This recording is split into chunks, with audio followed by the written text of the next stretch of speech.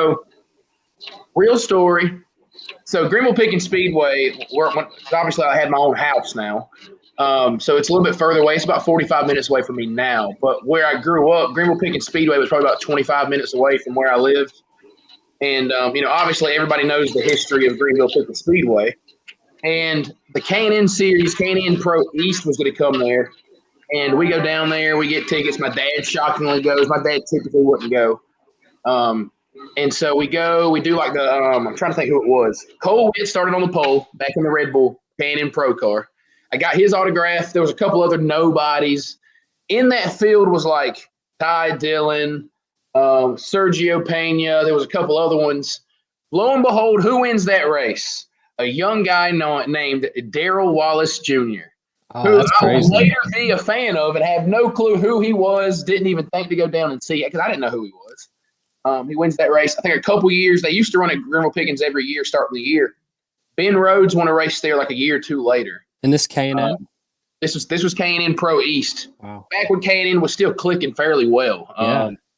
Bubba was coming through there. I don't think Larson wasn't in that race. I know Bubba, I know Ty, and I feel like there's somebody, Cole Witt. I feel like there had to be at least Ryan Truex.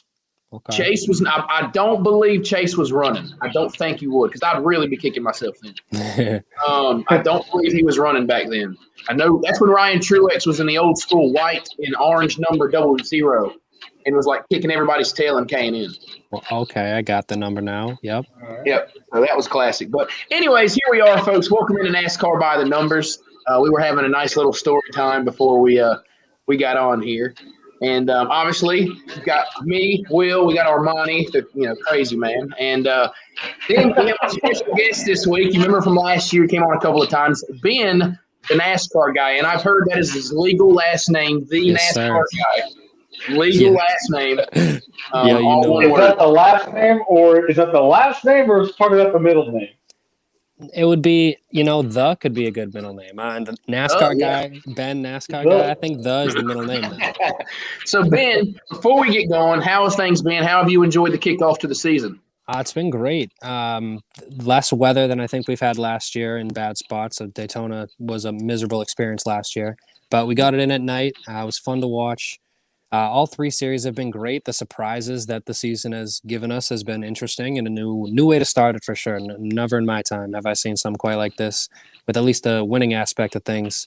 But it's been great. Super excited to go to Homestead, probably the first real track that we go to. So I think we'll start to see the people that potential championship contenders start to make noise at this race right here. Yeah, I think it's something definitely worth pointing out is, who would have had on their bingo card that Ben Rhodes is going to go out and win the first two races of the year? And because Ben Rhodes is a guy, I keep making the joke, like, who is Ben Rhodes? Clearly, I know who Ben Rhodes is. But Ben Rhodes is like, you're like, how does he even have a ride with Thor Sport anymore? But then he'll do something like this where he goes out, wins two races. And you don't know, like, he's so up and down. And then the Xfinity Series, Austin Cindric, crazy. Austin Cindric's probably been the most, quote unquote, boring winner we've had all year in all three series. Goes out, wins Daytona in a very, professional fashion, looked really, really good in that race. Then Ty Gibbs comes out here out of nowhere and just makes NASCAR look like it's easy in his Xfinity debut. The Cup Series, we have back-to-back first-time winners. So, Armany, I think you said Daniel Suarez was going to make the playoffs or something. It's getting tight already. So. But Suarez is running good. Very much. But we were going to get into it. We hit on it a little bit. I've kind of talked about how the season has been. And I want to get straight into it. So, the road course to me, and we'll kind of go around the table. We'll start with Ben, go to Armany, then back to me.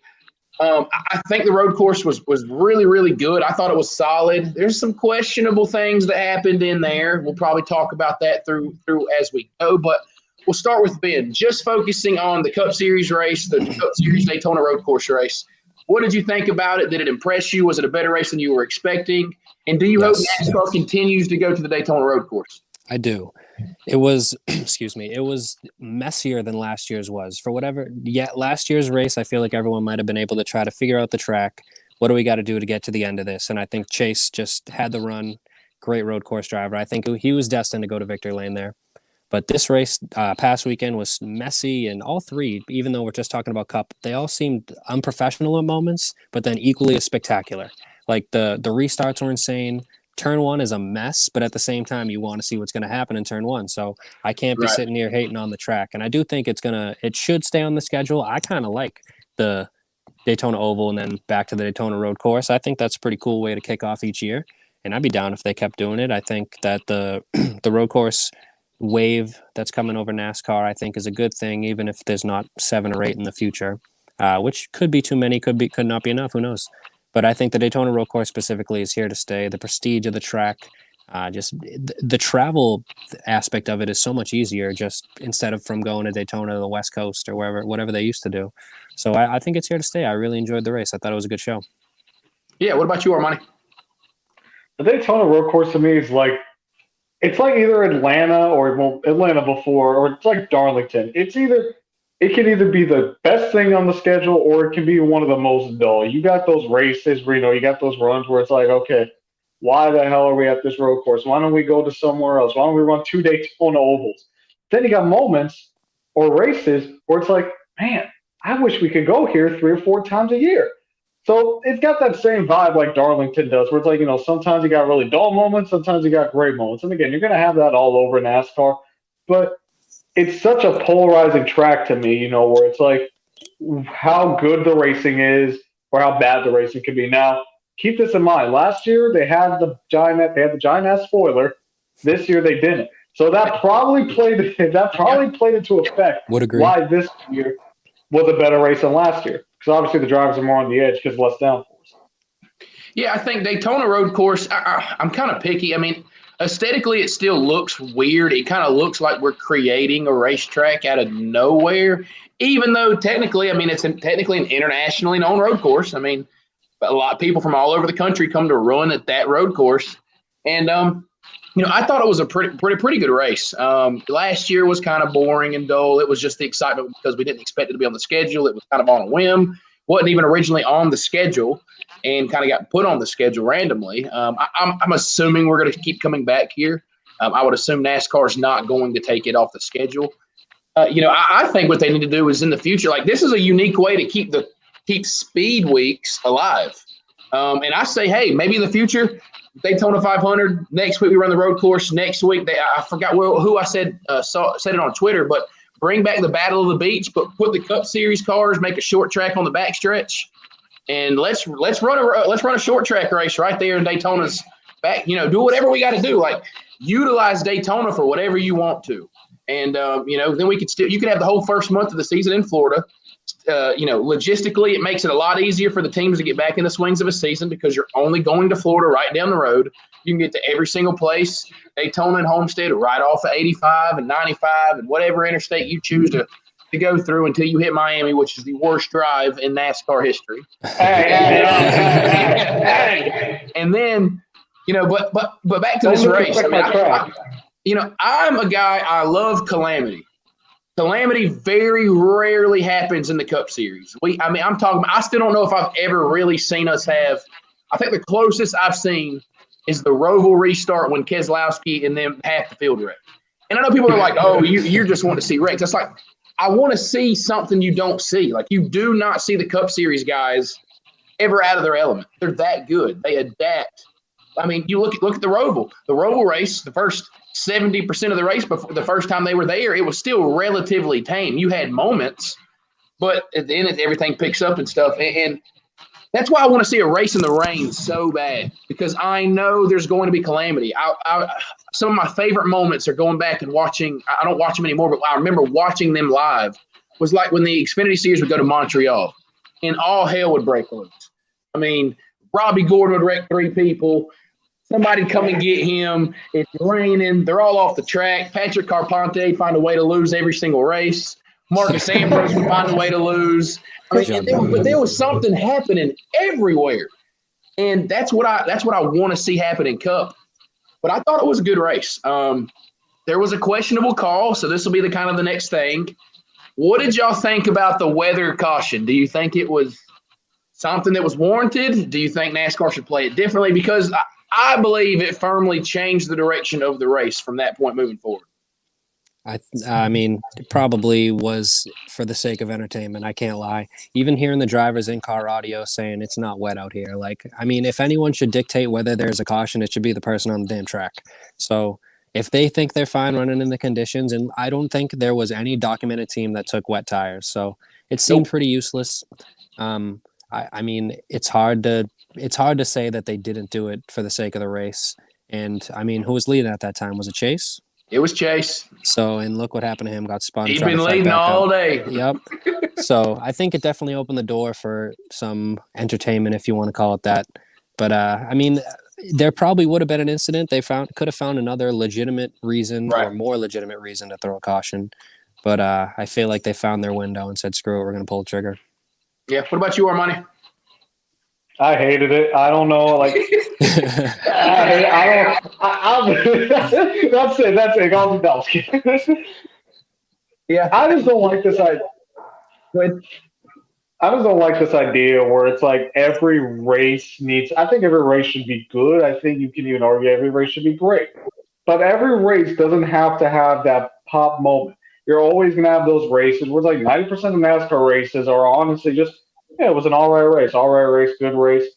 What I don't understand is like why NASCAR is just like, it's like, oh, we need to have this, splendid, fantastic moment. It's like, it's not necessary. Maybe it's because, I mean, the racing was actually pretty good throughout most of the day. And then you have this caution. The only thing that you did, you pissed off the drivers, you pissed off the fans, you pissed everyone off. I mean, you look at the TV rating, you can see that. And it just caused more harm than good. It's like NASCAR, it's been known NASCAR wants to be entertainment before it is an actual sport. And I think that's one of the reasons why a lot of people don't take the sport seriously, because they know they just want to be entertained. They're not necessarily being known as a professional sport. So that's something I think NASCAR, that's just something internally in NASCAR that they have to change. But that caution, like I said, I hated it. Yeah. When it originally happened, I was really against it. I listened to the Dale Jr. download this morning, and Dale has a knack for really he can almost change my thought process on anything because he's able to look at it from both sides at this point. And he was like me when it first happened. He was like, that was such a stupid call. Like, so frustrated to make that call. And I think he's still, like me, I would agree that, most other forms of motorsports, unless it's just a monsoon, they don't throw a caution there. They let the teams make that decision.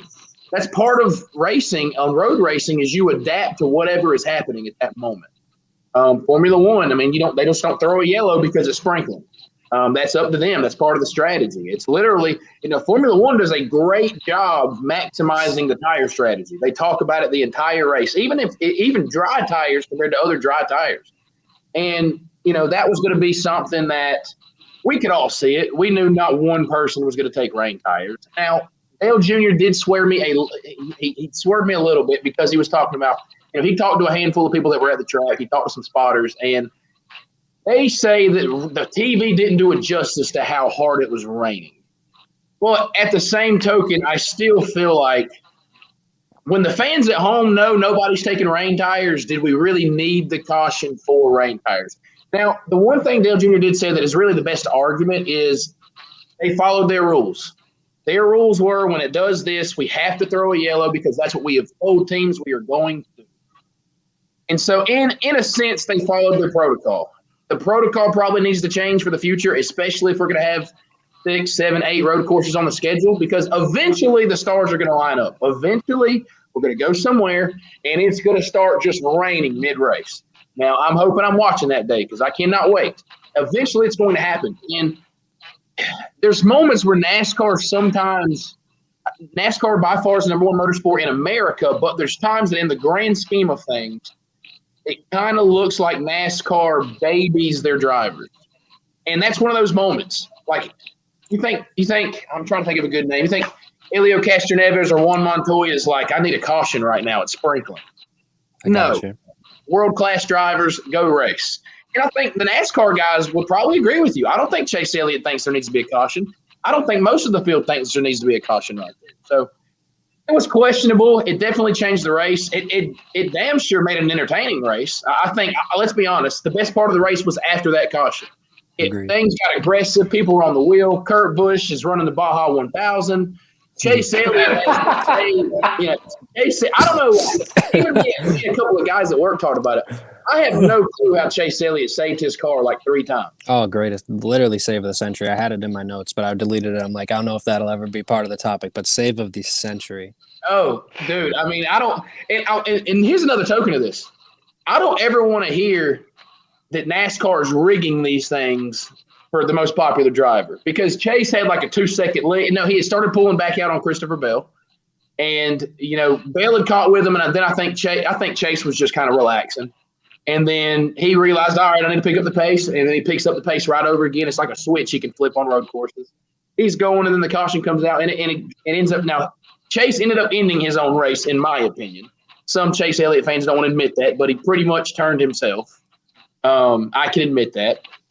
But, I know obviously it would be a shame if we didn't talk about we got a first-time winner here. So I think a lot of people have been talking about Christopher Bale the last couple of months. What is he going to do? So, Ben, what say you? Do you think this is the spark for Christopher Bale? Is he going to start being a fixture in victory lane moving forward? Fixture, and I think he can get more than one this year for sure. Hopefully he comes on an oval, because I feel like that's definitely the strong suit. Probably a short track if I could picture it. Hell, even the dirt race at Bristol could be his. I'm sure he'll be running hella competitive there. But I don't think it was a fluke in any stretch of the imagination, right. But definitely surprising that it came at this track in the fashion that he did, with basically a last lap pass. I mean, he was fast all day. And towards the latter half of 2020, definitely picked up speed, was getting more stage points, showed that he was deserving to be in the running for a win, and he freaking did it, bro. Can't believe it. It was honestly rooting for. As someone who truly, I don't dislike any drivers, but if I could dislike one driver, it's Joey Logano. So seeing him pass Logano for that win it added to that little extra on top. And I never disliked seeing Bell. And the man, he honestly did a whale of a job. And he won one road course race in Xfinity, I believe, at Road America. So I mean, we're going there in Cup. I mean, he could find 1 or 2 more on road courses if he shows them what he did right there on Sunday. Well, people forget, and then I'll get Armany on it too. Like, people forget Christopher Bale. You hear all this about Kyle Larson. Okay, well, Christopher Bale is pretty much Kyle Larson Jr. Yeah. Every dirt race they run in, guess who's running right in second, if not beating Kyle Larson? Christopher Bale. Everybody magically forgets about that, because I don't know if it's Kyle did it first, so everybody still sees Kyle first. But Cup success, notoriety. That's probably right. It. Armany, what say you? First of all, Larson's the GOAT. That's why. Here we go. Hold on. I'm glad you brought that up. How about Kyle Larson completely pulling a Kyle Larson? I don't know what you're talking about. No, every time driving the car. Now, don't get me wrong. I absolutely love the move. Complete moronic move. Let me just throw the car in here. You thought the barrier was a little softer. That thing destroyed his car. Oh, so Armany, go ahead and respond to that. A little bit of rest on old Kyle there, all right? Yeah.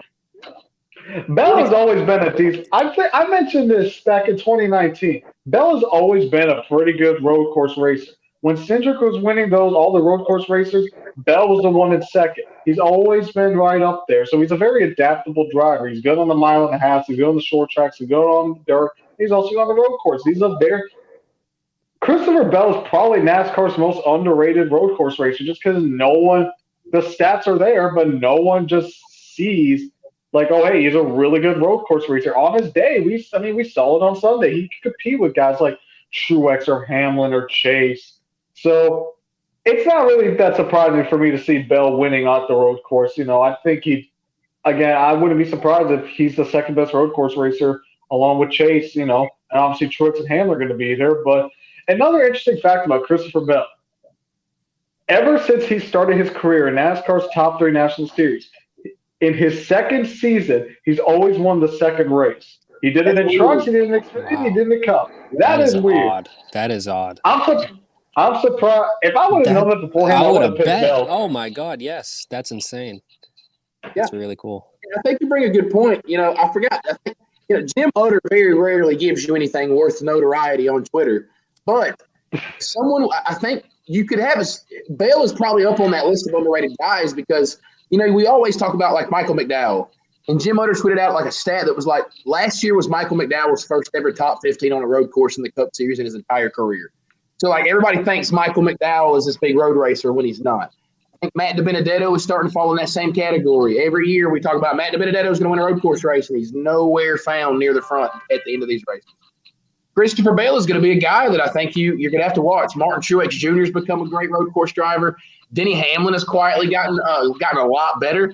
And so I think Bale is going to be a guy that we're going to see. And we have plenty of resume for this year. This year's going to show who can really run consistently well on road courses. So, for Bale in general, him winning, I think it's always cool to see a first-time winner. I don't think I could ever get upset at someone's first ever win. Usually it's when they start winning like 5, 10, 15 as you're like, all right, I'm tired of this guy winning. All right. Well, leads us to our first. We had a question in our group, Armany, mine, and your buddy Joseph. He wants to know, we'll start with Ben. If there's going to be another first-time winner, who is going to be that next first-time winner in the Cup Series? So I have a little whiteboard in my room, and I put out the people that started the season without a win, and I wanted to see, like, all right, if it were 2011, who would be the 5? And McDowell was already in the equation at that point. So I had Seabell definitely, and then honestly, it's between Bubba. I mean, Reddick could win this freaking weekend. So if I had to honestly pick one driver to get a win next, I'm going to go with Austin Cindric because I think he's going to have one of the strongest opportunities on a road course. He's going to be there at the end, the experience, in a basic Penske car if it's not actually with the team. Right. I think it is. It's going to be a Penske car, correct? Under Team Penske. So I trust his ability to try to honestly get a win on a part-time schedule. I think Reddick will have fast races and Bubba will definitely have opportunities here and there too, but I think Cindric is going to have the most raw speed in the right scenario in the Cup Series this season. Go ahead, Armani. I think it's going to be, we got Bubba, we got Reddick, we got Cindric, Matty D, we got DiBenedetto, yeah, and we got Matty D. I'm going to go with Reddick. I think, especially now that he's the only driver out of the top 3 rookies without a win, I think that is going to motivate him. I've been very high on RCR this year. I mean, Austin Dillon was running top 5 most of the night at the road course, and this man was roasting me for picking him to win the race. So I got very high hopes. He didn't win, did he? Hey, he was running well. Right? I was also expecting to run 10th to 11th, honestly. Austin has been running very well. I will give them that. And I told people to start watching this. I caught wind of – I had a little bit of a contact who told me that Chevrolet really started working together at the end of last year. Hendrick and RCR really started putting their brains together and like, it's always been Hendrick, and then you kind of got the other guys, but they don't really share information because Hendrick's just been so much better for so long, and now it's to the point where Hendrick has not been Hendrick for years. And they started working together. Clearly, it wins them a championship at the end of the year. Austin Dillon looks like he's actually going to make a playoff run at one point last year. They've looked great so far this year. They've had great speed both weeks. Tyler Reddick's kind of been surprising. I don't know if it's going to be a sophomore slump kind of year. I hope not. I think this weekend's going to be a big telling of that. And I'm glad you guys mentioned Reddick because I wouldn't have thought of him right off. Reddick's got to be up there. Bubba, this is a big weekend for that team. I think we're really going to see what is 23-11 this week. We agree, 100%. Speedway, I think Bubba could have played a bigger role in potentially winning the race so they didn't have the problems. Road course racing, he has got to get better at. It's no longer going to be an excuse, but he ran piss poor at the road course as expected. This is really the first week to see what that team has. So, you kind of want to put Bubba in that category. I've said I don't think Matt DiBenedetto wins this year, so I don't necessarily know if I can go with him. I think Tyler Reddick probably has to be at the top of that list because I think most people expect him to be a Cup winner at some point. And so we'll see. It's going to be hard not to pick him. And I think another guy you got to watch out for, and maybe I'm over – one of my predictions this year was that either Chase Briscoe or Austin Cindric win a race. And I felt really skittish about that prediction, but – Austin Cindric is really starting to look like a professional stock car driver at this point who's ready to go to the Cup Series. And he looks good at whatever he's doing right now. And then Chase Briscoe is just – I want to see more. Last week, I didn't really look at – I wasn't focused on him, but people have talked about how really impressive his run was at the road course considering the circumstances. The entire hood's torn off, and at one point he's in the top 5 or 6 and with less than 10 to go. So I think those guys could get a win. So I think Chase Briscoe, Tyler Reddick are probably at the top of that first winners list. Briscoe is one of the more underrated road course guys too. I mean, the stage wins that guy has in the Xfinity series and race wins too. He's legit road course racer. Yeah, that is true. So we didn't have any breaking news this week that was huge. I know you had the Chip Ganassi thing, but people have talked about that, and I still don't. We all kind of know the gist of it. So our next thing will be, obviously, we've been talking about it. Homestead is this weekend. Armani was supposed to be our on-site expert. We don't know if that's happening yet. We'll update that down in the future. But we'll start with two. And we didn't. To be fair, we're in the same boat. Me and Armani did not actually take any notes on this. We were just going to preview it. So we'll kind of do this on the fly. Who is somebody you're looking at this weekend? What is something you're looking for that Homestead may show you that maybe you haven't seen in the first 2 weeks of the season? Legitimacy. Competitors that are supposed to be competitive, I guess you could say. Right. I like the Blaney's of the world. Denny is going to be fast. Chase as well. They were all fast at this race last year. And I think those are probably going to be the big three Logano has been undeniable this year. I don't really like him, but he's been he could have won the first two races legitimately. So I think he's going to want redemption sooner than later. And he was hella hot at the beginning of last year. And then he died and did whatever he did and then won one race in the playoffs. But I think that you're going to see the normal competitors. You're going to see the people who are normally at the front. And I think it's going to, again, show who's going to be the championship contenders. Yeah. What about you, Armani? I agree with that also. We're really going to see also, you mentioned it earlier, teams like Trackhouse or 2311 Racing, what do they really got? We're going to see, okay, maybe a driver like Michael McDowell, he's even got a little bit of momentum on that side. We're like, okay, is he going to maybe make an underdog run at Homestead? He's got a couple top 10s at Homestead. He finished 10th back in 2016 in a second Levine Family Racing car. And this is when Levine Family Racing was hot doo-doo. So we know he knows how to get around Homestead. So we're going to see maybe he can make a little bit of a push, or is he just going to go back to run the 30th or 25th? Also, a guy like Christopher Bale, is he just going to fall back to the means, or is he going to take advantage of that JGR equipment? We're really going to start seeing the shape of what the season is going to look like for certain drivers, certain teams, and what the playoff picture could potentially look like. Yeah, I think y'all really hit it, both of it. I think that's what true racing fans kind of know what to expect this weekend. I always get nervous whenever we kind of leave Daytona, whether it was just after the plate race, now after a plate in a road course race. It's like, are there new fans that is this race going to turn them off because it's not quite that kind of race? Even though Homestead has really been solid as of late. Homestead has probably been the best mile and a half on the – I'm not going to say that. Oh, I had that written down. I would say so. Shock. It probably is. I will say this, and this is surprising. Vegas has actually been rivaling it as of late. Vegas has had some really good races as of late. Now, it's all on package. And so Homestead pretty much can put on a good race no matter what package is there. Vegas has solely been on this package, but even Vegas the last couple of years. Homestead's superior. Well, it was like Homestead's superior. You had the last three Vegas races, you had like 6, 7, 8 cautions. You had dudes crashing over here, packs of 15 cars over. It's been pretty crazy, but Homestead has been the best mile and a half for a good while. I don't remember a ton about the race last year, but I remember that it was at least good enough that everybody was like, why did we leave here for the finale? Why are we still not going here? And so, Homestead should be a good race. Unfortunately, I'm probably not going to get to watch it on Sunday because I'll be at Livonia Speedway working. So I'm going to hopefully, if I remember to, I'm going to try to record it, even though I never remember. I never go back and watch it because I'll be scrolling Twitter and accidentally find out that John Hunter Nemechek, who's not even a Cup driver, shocked the field and won the Cup race, and then at that point, I can't even go back and watch it. I turn off all notifications. Bob Pocker's tweets get turned off. I am off social media when I don't watch a race. I have to watch that on the DVR.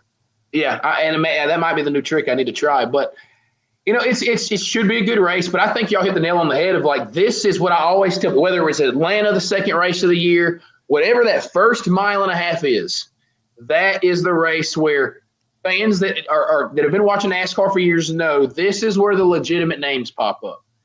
Is Bubba Wallace, is that team the real deal? Are they really going to compete for the top 10 this week? There's no reason that team should not be knocking on the door of the top 10, top 15 if they have the backing and the support that everyone assumes they have. Trackhouse, I think, has been impressive. Is Trackhouse really a top 15, top 20 team, or is Daniel Suarez going to run 27th all race? I think all those things are very important. I think Armani really hit the nail on the head with a guy like Michael McDowell. Again, they have solid track position. Ryan Preece as well. Both of them will start in the top 10 once again for like the third week in a row. Or I don't think McDowell started top 10 in the 500, but at least the second week in a row, both teams are going to start off very, very well in the race. Can their crews put together good pit stops? Can they put together a full race? McDowell had a great comeback race. I didn't even realize McDowell existed after he blew turn 1 on the opening lap. He comes back. I think he finished 7th in the race. He had a really good finish to the race. Ryan Preece hung around, had a solid finish at the road course. So, you want to see if guys like that can really stick around. It kind of reminds me, obviously, I was one of the lone Paul Menard fans. Paul Menard was notorious the first 4 or 5 races of the year. I'm talking about Paul Menard's leading laps at Bristol. He's 5th in points. You're like, what in the Paul Menard's about to become a championship? Nope. Wait till about the 8th race of the season. He's at 12th in the standings. He's at 1 top 5 and 12 starts, 1.5 top 10s. I don't even know how you get a half top 10, but yeah, so I know how that can be. So and here we have it. So we kind of previewed a little bit. We know what we're going to be watching for. So what are we going to say? We're looking into the crystal ball. Who are we picking to win this weekend? Oh, pick to win Homestead. Larson has been fast all year, and this is his place. If it's not Michigan, it's Homestead. And I am comfortable with picking Kyle Larson to win. If we're gonna have a trend of strange things happening, why not continue it with a third week? Third time's the charm. Kyle Larson gets the dub. All right, Armani, what say you? Paul Menard has fans.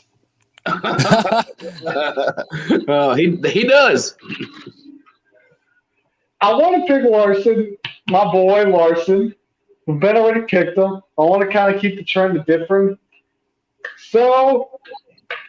My second boy, I'm picking him for the second straight year. Tyler Reddick makes it 3 in a row for first time winning. Oh, there we go. Let's hope. Hey, let's just hope if he's leading that he doesn't just cut the car off at the white flag lap this time. Oh my God! What would you do? Tyler Reddick is leading the race. Everything's good and golden. He's got like a 2.5 lead. Just cuts the car off. All right, boys, good race. That would never in his entire career. He could win 50 races. He is being remembered for that. Oh yeah, for sure. People still remember Mark Martin pulled off on pit road for the lap to go in a Busch race years ago. Yep. People still remember it. Our search should fire him. They get out. No, you're done. Oh, okay, I don't know if they'll go that far. He a hot pickup if he gets fired. so obviously, my pick this past week, who should have won, did not win. So for the pick at Homestead, Denny Hamlin's coming down to earth. Denny Hamlin's been fast all year long so far. Denny Hamlin's going to win at Homestead. I think Harvick is going to have a good week too. I don't know. If you would have asked me a month or so ago, and what's been weird is Harvick's actually had a lot of speed early in the year that he typically doesn't have. But I think this could be a calmer year for Harvick. I think maybe we still probably see him get 3 or 4 wins, but I don't necessarily know if Harvick rattles off 8 or 9 wins. If it's going to be the crazy year like it seems like it could be, I think you're going to have guys that are winning multiple races, but they're not going to be winning 6, 7, 8, 9 races. A good year this year, maybe winning 3, 4 races, which is, let's be honest, is a great year any year. But compared to 9 wins or something you might would have seen last year, I don't necessarily know if we get that. So I'm going to go with Denny Hamlin. I think Denny Hamlin is fast everywhere. I believe he's won a Homestead before. I didn't think multiple time winner, I would believe. Yeah, I think he may have even won multiple races. He has 3 wins at Homestead. Yeah, Denny's great at Homestead. I just feel like it's he's been fast all year. I look for guys like Harvick, Hamlin, Kyle Busch maybe. Well, Kyle Busch needs to just finish a race. Well, of course, he speeds on pit road and it's destroyed. The car is totaled. I'm out of the race, and then comes back to finish top 10 and not have a problem. But so we got it here. We got Larson, we got Reddick, and then we got Denny Hamlin. So, I'm cheering for your guys. I think it would be crazy. I predicted Larson doesn't win a race this year. I'm probably going to end up eating those words. I think it's either going to be one or the other. He's going to win multiple or he ain't winning anything. Right. And he's been quick. He's ran very Daytona's Daytona, so I always throw Daytona out of it. A road course he's never ran on in a cup car. I thought he ran a great race. Then Larson pulled a Larson, and the rest is history, as Armani would know. So, and then Tyler Reddick. I mean, I think that would be awesome if we start the year with 3 first-time winners. I mean, I don't know what to expect at this point. I think I don't think it hurts. It's great for the sport in some ways, but when you think about the play, like when we get playoff time, you're gonna be oh, what the hell is this? Like, why this isn't even competitive? And then there's gonna Christopher Bell could have made it, arguably could have without the win, but McDowell is definitely stealing a spot from somebody. So who's gonna be pissed and who's gonna be missing out on some real opportunity? That's true. And then some of these predictions I made about guys missing the playoffs, they're gonna start. It's gonna start making sense when you have guys that don't typically start winning races. People are going to realize there's going to be a big name or two that's going to be right there on the bubble. There's going to be a Hendrick car, maybe a Stewart-Haas car. Who knows? Maybe a Gibbs car if things fall a certain way that you're sitting there and you're like, all right, we've had 10, 11 winners, and we've only got a few guys that are getting on points, and this guy's not doing their job. So you never know. But let's get into our big topic of the week. It's crazy. We've been on here for over a half hour. We haven't even got to our topic of the week. Me and Armani got together. We did not – I'll be honest, we didn't really plan on having a guest at first. We'd been talking to Ben, and I know he was going to be busy. And I was like, let's see. Ben messaged me. He said, hey, I'm free. I said, well, hell, we'll throw Ben on here. He can always have a good conversation about racing. So hell yeah. The way we'll do this is because me and Armani made a conjoined list. We talked about this over the weekend. We kind of put our notes and heads together and said, okay, this is the list we're going to combine. This is what we're going to go with our top 5. So what we'll do is we'll let you react to those. So we will announce the driver. We will just say their name. You'll react, and then me and Armani will give you the reasons that we put that driver in that position. Sounds great. The first driver, I'm going to let Armani announce the first driver to who we have, and this is the top 5 Cup Series prospects. So before we get started, to clarify, these are not necessarily guys that are going to go Cup Series next year, maybe not even 2 or 3 years from now, but these are, if you're a Cup Series owner, these are the names I'm looking at. These are the top 5 guys I am looking at right now. And obviously, if we have time, we'll talk about some of the guys on the outside because there are some notable names on the outside that people may not hear on this list. Even a guy that I'm a really big fan of that may not make this list. So let's start off Armani, our number 1 Cup Series prospect. Who'd we come up with? Number 1, I mean, if you don't have him as your number 1, you're smoking something. You're just a hater. Or your Casgrala. It's Austin Cindric. Okay, 100% agreed. So I wrote a little short list just like to write down names, whatever, get some names in my head too. I wasn't sure if it was more of like drivers that are gonna be in Cup or are in Cup currently that are a little bit up there, or like someone like Anthony Alfredo, or in that general direction. But Cindric for sure is gonna be a stud. I think that he like. I don't want to compare any driver to anybody because everybody's their own person and he's going to succeed in his own specific way. But he has Chase Elliott-like possibilities. I see his success on the road, his ability, like someone said earlier, he's really formed into a professional driver, and that's so true. Ever since the Kentucky weekend last year, won both those races. We're like, all right, this first win in a mile and a half, that's a legit track. That's what we needed to see. So I don't think that's outside the realm of reality at all. Yeah, I would think me and Armani, we both we looked at it as it's the clear picture. And Austin Cindric is a guy. I had to do the same thing with John Hunter Nemechek. I think it was when he dumped Kaz Gralla, it kind of made me look at him in a different light. It's like when John Hunter just body slammed Cole Custer for a half mile. It's Canadian Tire just makes me hate people apparently. But there's certain things that happen when you're just like, man, I really don't like that move, and I'm not going to hold a grudge, but I'll remember that. And I had to get over it with John Hunter Nemechek because John Hunter is just a really good race car driver, and I think Austin Cindric for a while I still had a lot of doubt in, and I think most people had a right to have a doubt. He wasn't really winning. He was there, but he couldn't really get over the hump. He was kind of in a position that a guy like a Noah Gregson's in. That like you're there, but are you there? Like, are you an obvious Cup talent? And I think he's becoming that. He ran a really smart Daytona 500 until he just decided to railroad that crash there on the last lap. He just wanted to join his teammates. He saw his teammates racing. Yeah, that's true. Hey, they always say the Penske cars got to stick together. Besides Ryan Blaney, because he left the party early. Just like his playoffs last year, he left the party early. But the Xfinity race at Daytona, very smart, won the thing. Cup Series race, he had ran a very smart race, running in the top 5 or 6 at that point before things things hit the fan. And then obviously knocks the fender off in the Xfinity race at the road course, still manages it, ends up being an advantage. It keeps the tires and the brakes cool a little bit. Ran smart, finished second. I believe, he finished second. He's looked really, really good. I'm interested to see what other cup races he runs this year. I think it's hard for me and Armani to put anybody else at number one. I would agree. So, unless you have anything else to add, Armani, who was our number two? Let's just go through his Xfinity Series stats, just his stats in general before we move on to number two. And Xfinity's got 102 starts, 9 wins, 42 top 5, 65 top 10s. Obviously, he's 2020 champion, winning 6 races. And again, he would have won the title last year even without the playoffs for those, Cindric haters or Briscoe fanboys. And even for his truck series season, he ran 1 season, but he still got a win and he finished third in points. And obviously that win, I don't know, me and Casgrell are still talking. That's all I'm going to say. Number two, this might start getting a little bit, you can see why we put him at number 2, but at the same time, we're like, maybe not this high, maybe shouldn't be this high.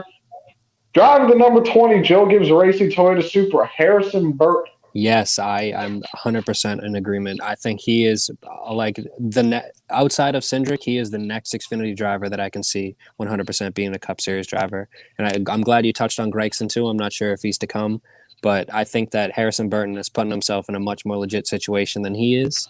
But at the same time, Toyota's pretty shaky with what they want to do with their drivers. And I think name and money matters a lot, and I think he's definitely got that, but the skill is there too, and I think he is legit. And man, he's poor Noah Gregson, bro, getting poor dogged on Harrison Burton, passing him in the last corner, dogging on him here. But seriously, Harrison Burton is legit. I think he was struggling in trucks. I don't think he won a race there. Came to Xfinity, was a rookie last year, and from the jump was leading races at the Daytona race. I believe he won. Homestead was in June last year, but he won a race early. He was competitive in a race early in the season last year. Thank you, Fontana. Yes, did he win that race? Yeah, he won Fontana, okay, yes. Homestead, either the first or second one, and then obviously he won Texas and Martinsville. Okay, that's a quite the array, 2 mile, 1.5, and a short track. So I think he's got legitimate possibility, and he'll be in the Cup Series sooner than later. Yeah, I continue to hang my hat on everybody. I sat there before it last year, and I said Harrison Burton is going to be special. I just had a feeling, just a gut feeling. This guy, people forget, Harrison Burton is literally Chase Elliott with a different name. Grew up around the sport. Dad was in the sport at the racetrack every single weekend. This is all he's ever wanted to do. There's pictures of him as a kid around the racetrack everywhere, literally the same exact growing up as Chase Elliott, the defending Cup Series champion. And I've just had a gut feeling. And I'll be honest, this is a take that I've started to have for a little bit. I don't know if this will mean anything, but I don't know if necessarily a truck resume means a ton right now. Like, look at Todd Gibbs, and if he makes the discussion later, we'll talk about it. But Harrison Burton, he didn't run great in trucks, and that's all I heard when I said he's going to be special. Oh, he can't even win a truck race. He can't even do this. He can't even run for a Truck Series title. But first of all, KBM was down for 2 or 3 years. They've literally had to hire a Cup Series driver to try to revive Kyle Busch Motorsports for whatever weird reasons. And there he goes out in a rookie season Xfinity Series, wins 4 races. He got bounced out of the playoffs early. Other than that, he would have been in the Final Four. If he made it past one more round, he would have been in the Final Four, competing to win the championship. I think he's going to be a favorite this year, he's probably the number 2 favorite after Cindric. I think he's going to be very special. One of my predictions was that 23XI goes to 2 teams. He is one of the 2 drivers that I think could go to that second team if that happens. We've heard a lot about that potentially happening. And Harrison, I think he's miles ahead of Brandon Jones. I think he's the strongest Xfinity Series driver that Joe Gibbs had. He is the future. Just the problem right now is Joe Gibbs, all of their drivers are signed for another year or 2. So he's going to have to go somewhere. I think Harrison would be okay coming back for another year. It depends how this year goes. If you go out and win 12 races this year, it's kind of hard to argue that. But Armani, give us the stats and your thoughts on Harrison.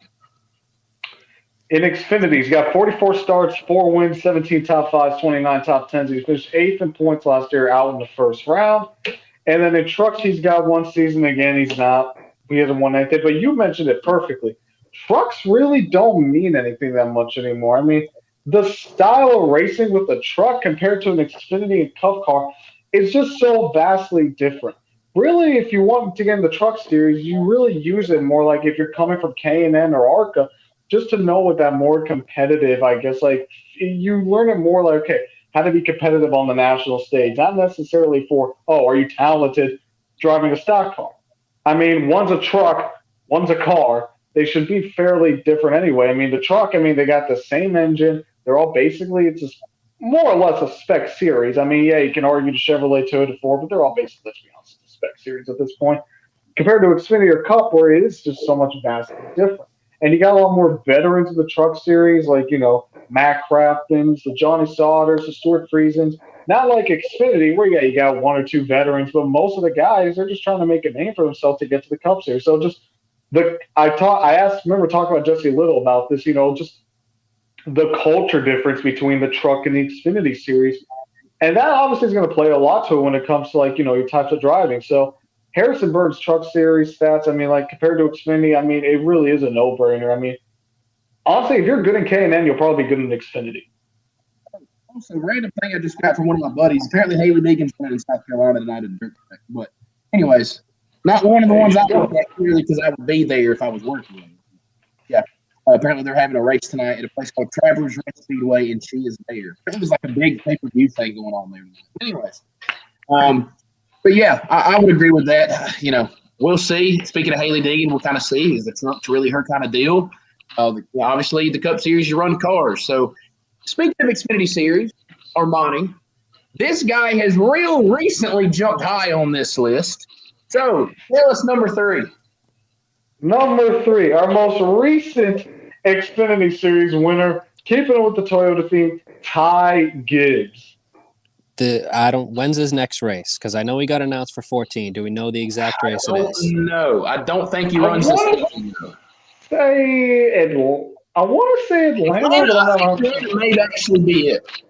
Okay, so I'm glad it's a mile and a half because coming back to the topic about this week being legitimate, I think he needs a real racetrack under his belt. Not to take away the win, did a fantastic job, put on an absolute show, without a doubt, stole the show, deserved the win. No shame to him, no hate, but it's hell early, boys. It's hell early. It's been one race. It's been one. He deserves to be on the list, and the recency bias is okay. I think it's warranted for sure. But I don't know if I have quite the opinion on Ty Gibbs yet. I think that he's got legit potential, but Toyota is such a struggle, guys. I like how you said Harrison going to that 23XI because I didn't really think of that. But Eric Jones went to a second furniture row, so it would add up. It would make sense just to get him in a Cup car. Well, here's the one thing that I will say, and me and Armani were both kind of nervous putting him this high.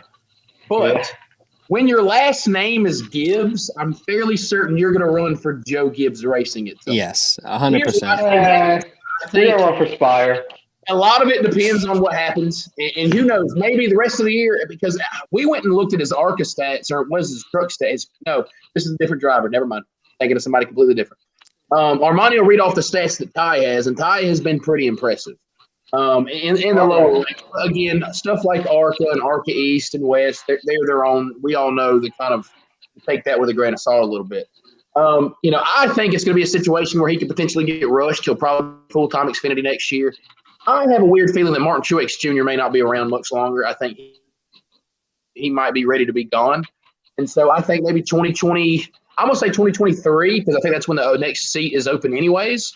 We can maybe see Ty Gibbs knock on the door of a Cup Series ride. A lot of things have to happen. So I completely understand. It is recency biased. It is really early.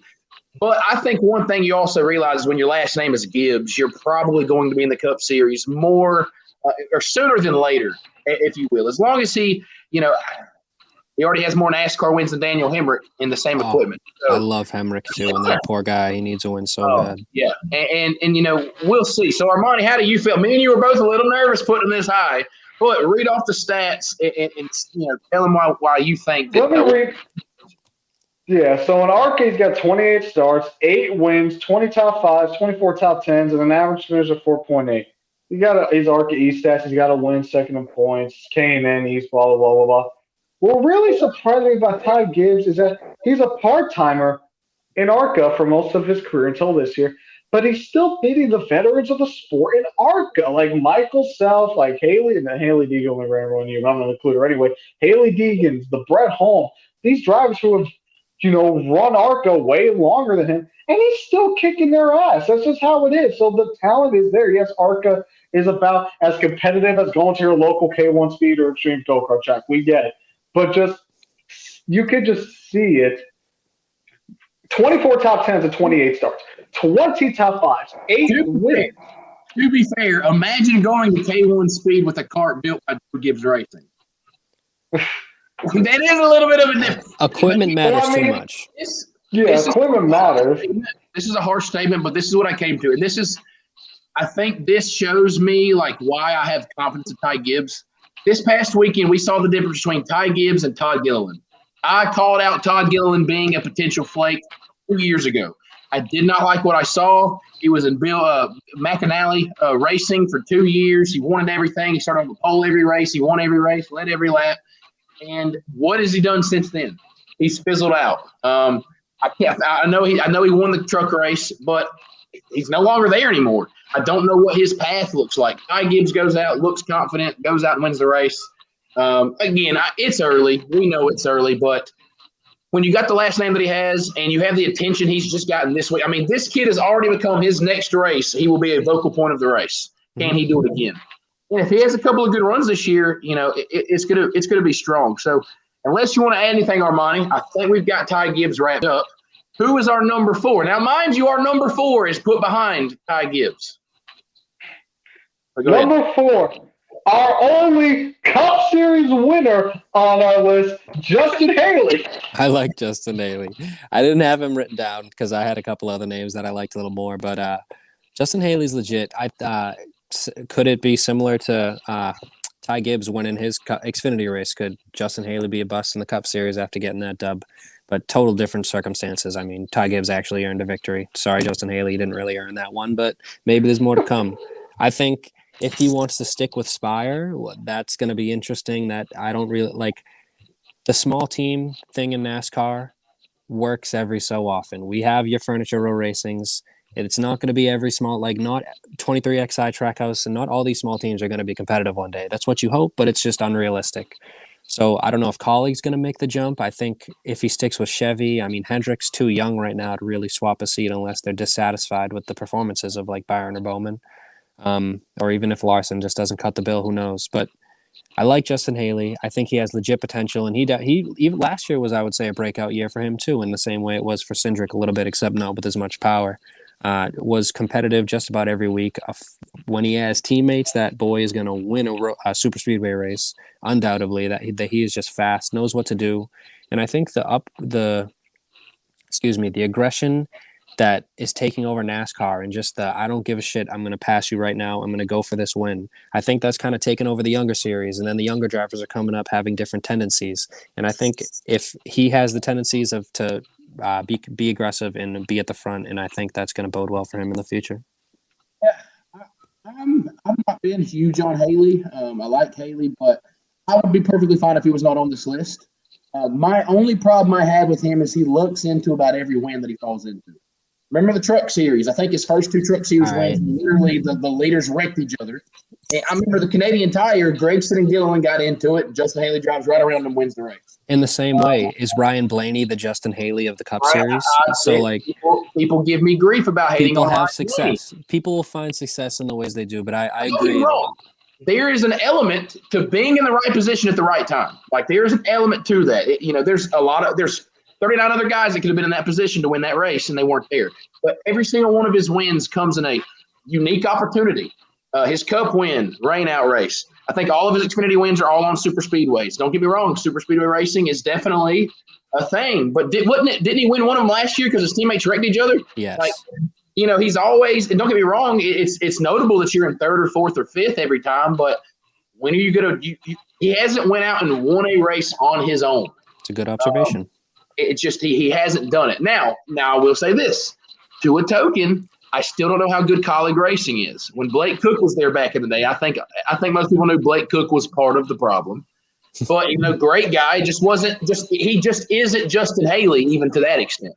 But colleague has always still been that one step behind. Now, guys like A.J. Allmendinger are really starting to showcase that maybe that isn't the case. Yeah, Burton starting to look really well. Colleague is that classic – third to seventh place race team. But can they go out and dominate just your regular race weekend? Can they go to Charlotte, Atlanta, Vegas, and go out and just lead a ton of laps, win the race, call it a day, and it's over with? Can they be a Junior Motorsports, a Penske, something like that?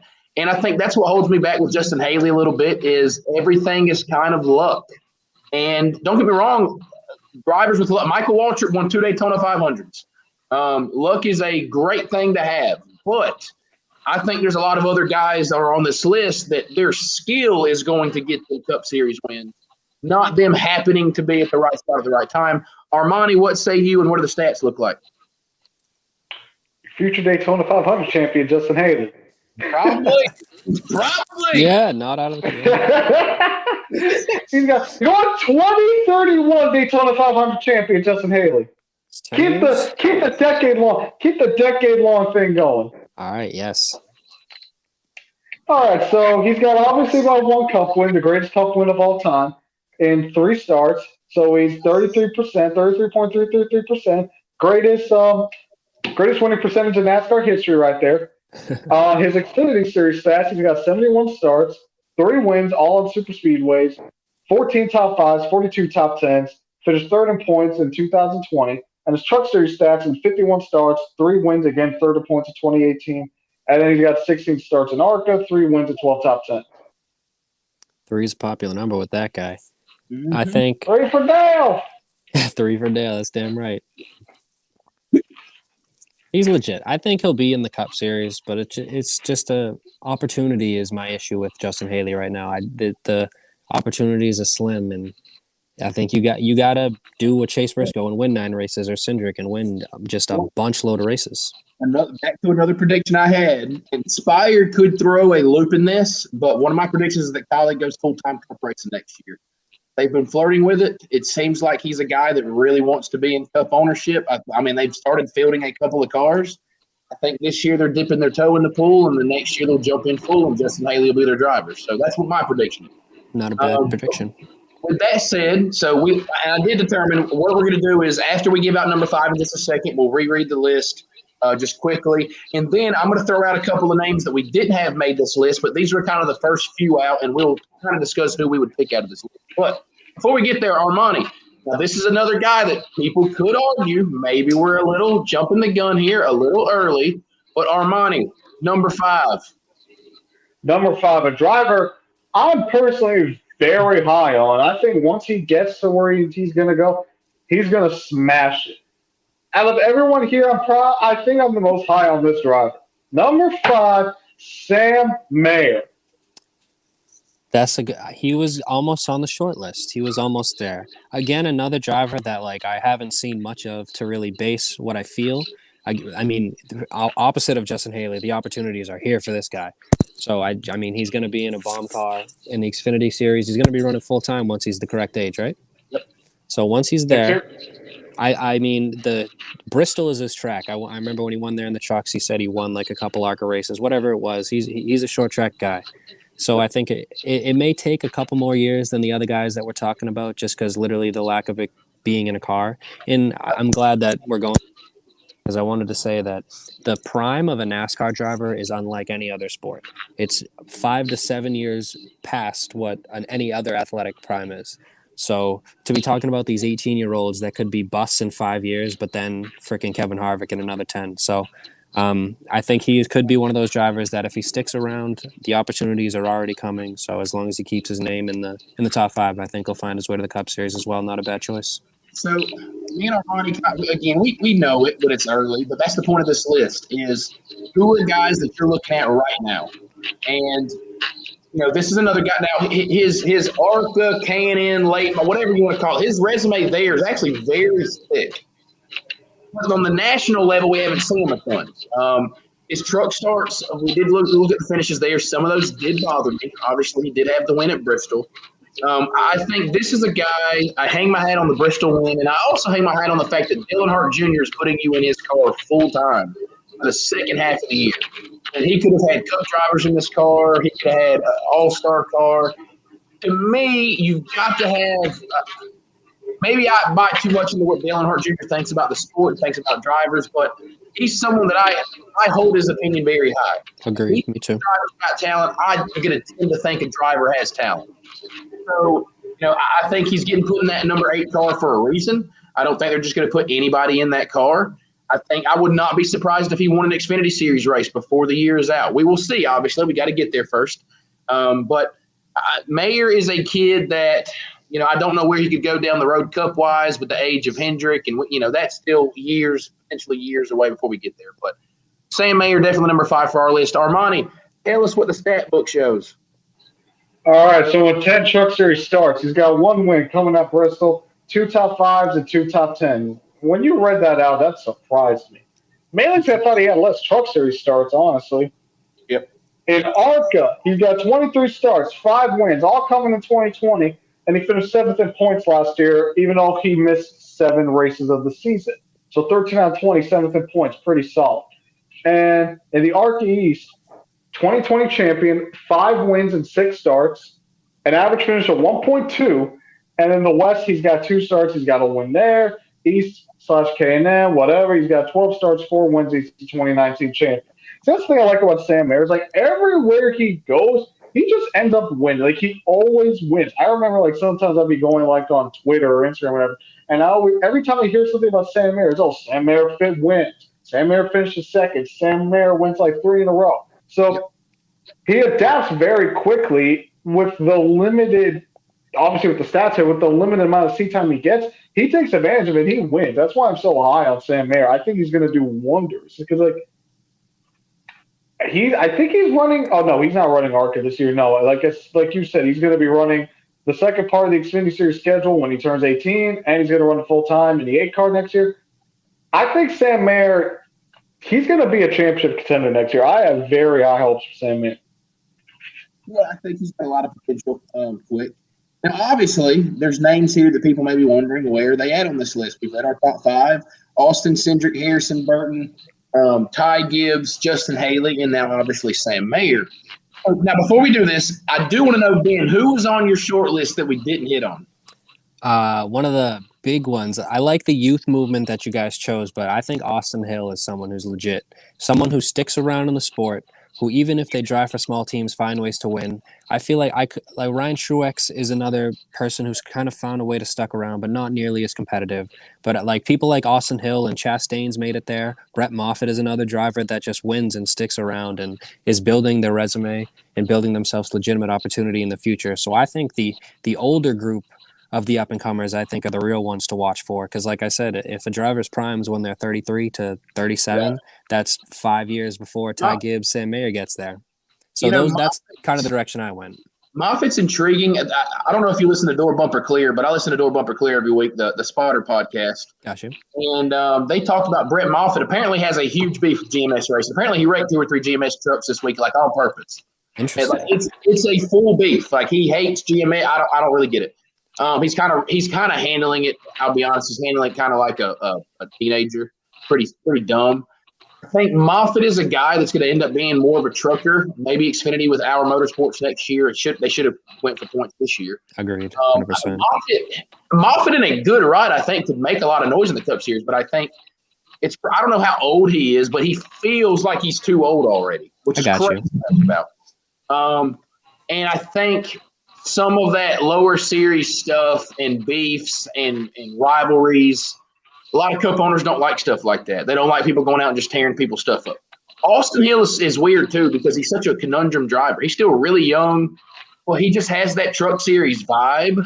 I think maybe we see Hattori go full-time Xfinity, and Austin probably has a great shot to run that car.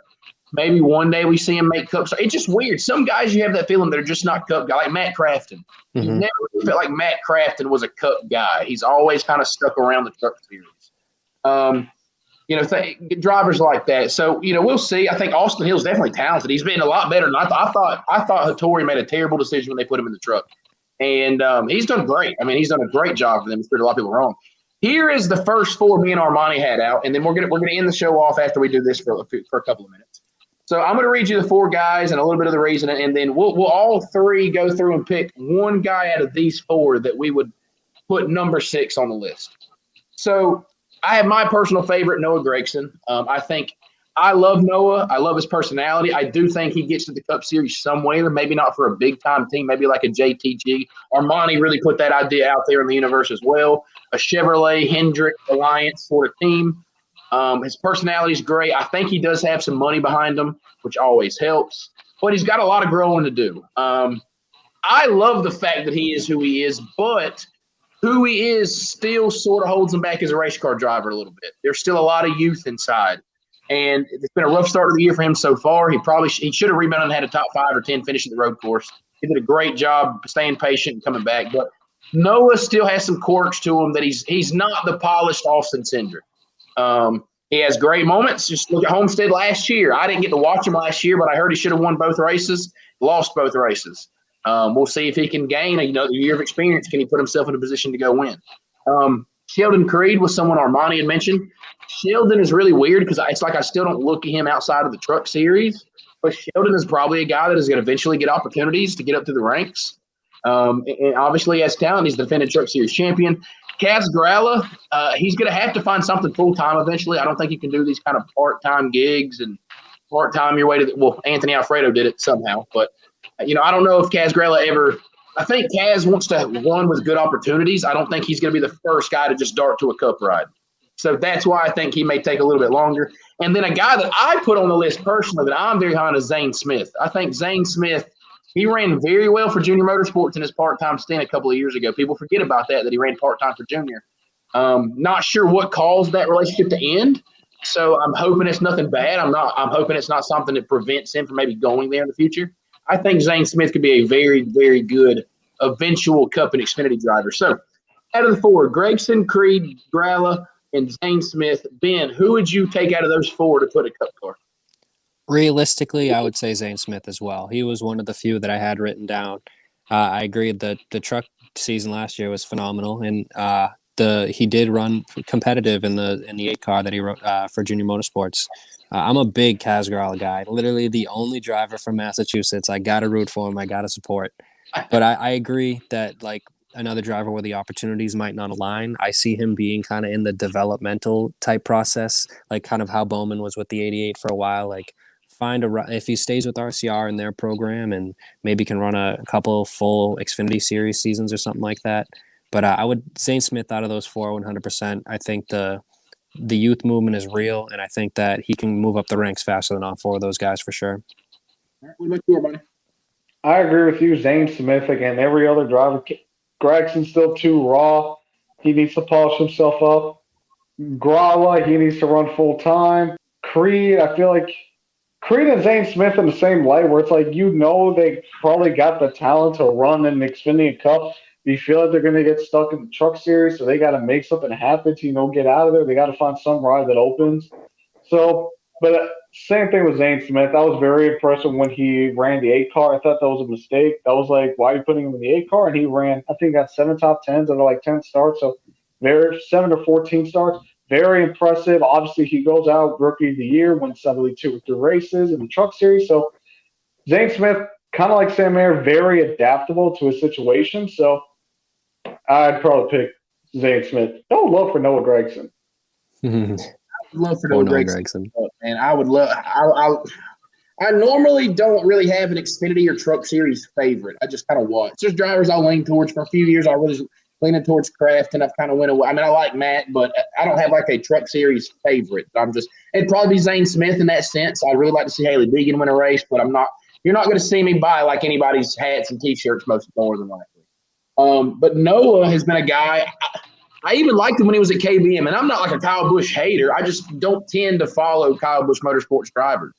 And I liked Noah then and kind of followed him through. I love the move to Chevrolet and Junior Motorsports, and maybe one day Hendrick, who knows?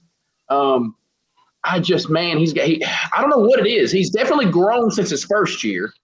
He took a big step last year, but there's still there's this – I'm trying to think of a Cup Series driver maybe you could compare him to. To me, it's kind of like there are the big 3, we'll call it. Joe Gibbs, Reddick Motorsports, Stewart Haas Racing. When you have the other 2 competitors winning 16, 17 combined races, and you're sitting here with your respectable 3, whatever he had last year, he had a legit season. but I think that having people in front of him, and now you put Harrison Burton in the equation. So like there are people that are quote better than Noah Gregson is right now, or putting up better numbers or more notoriety. And I don't think that's any slack towards him. I think him, and if he should have made the Daytona 500 100%. Like I think out of screw the Rick Ware cars, like that car should have been in it. So I think he'll make his way there. But compared to the other four guys outside of Kaz, I think could struggle to find the full-time ride. Like Armani said, full-time is what he needs big time. But Noah's got legit potential. I like that you said that he's too raw. I think that's a great word for it. Honing that in, just controlling himself and putting together good laps. I remember Matt Kenseth would always say, I run 90% until the last whatever amount of the race. So just run 90%, Noah, and then put 110 in after that. Yeah, and one thing that helps is out of these four, he's by far got the best personality. There's some people on Twitter and stuff that try to say this, and there's things that have happened in the past, and he's also like, we're all men that are growing up at the same time. We're all different ages. People grow up, and you get to see these drivers grow up as we go. I think the reason I like Noah, and I think his personality will definitely keep him around. I'm not going to say he's going to be like a Michael Waltrip, but there's certain guys that their personality is the sole reason they've stuck around in this sport.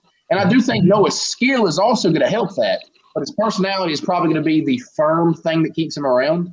To me, I look at him as a fan who is living the dream. Like, I remember when I would get a brand new NASCAR video game back when EA Sports would make them.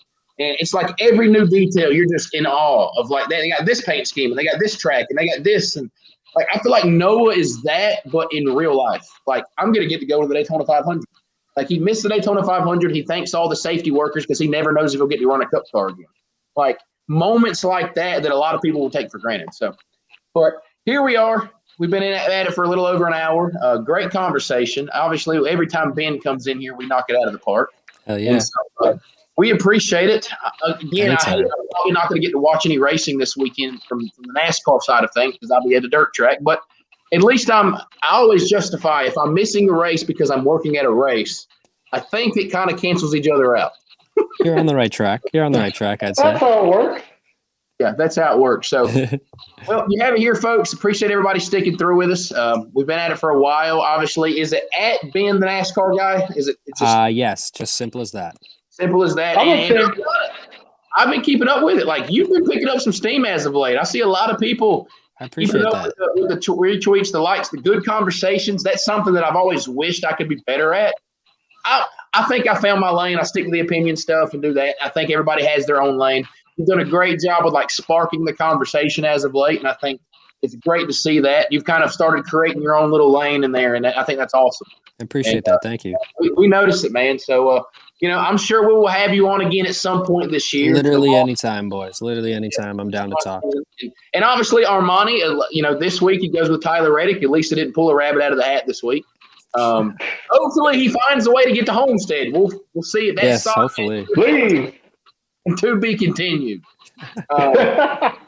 That's all we've got. We appreciate everybody for listening. And with that being said, we're going to roll out of here. We all actually have to go to bed and probably go to work or school or whatever tomorrow. So with that being said, we are rolling out. Appreciate everybody for listening.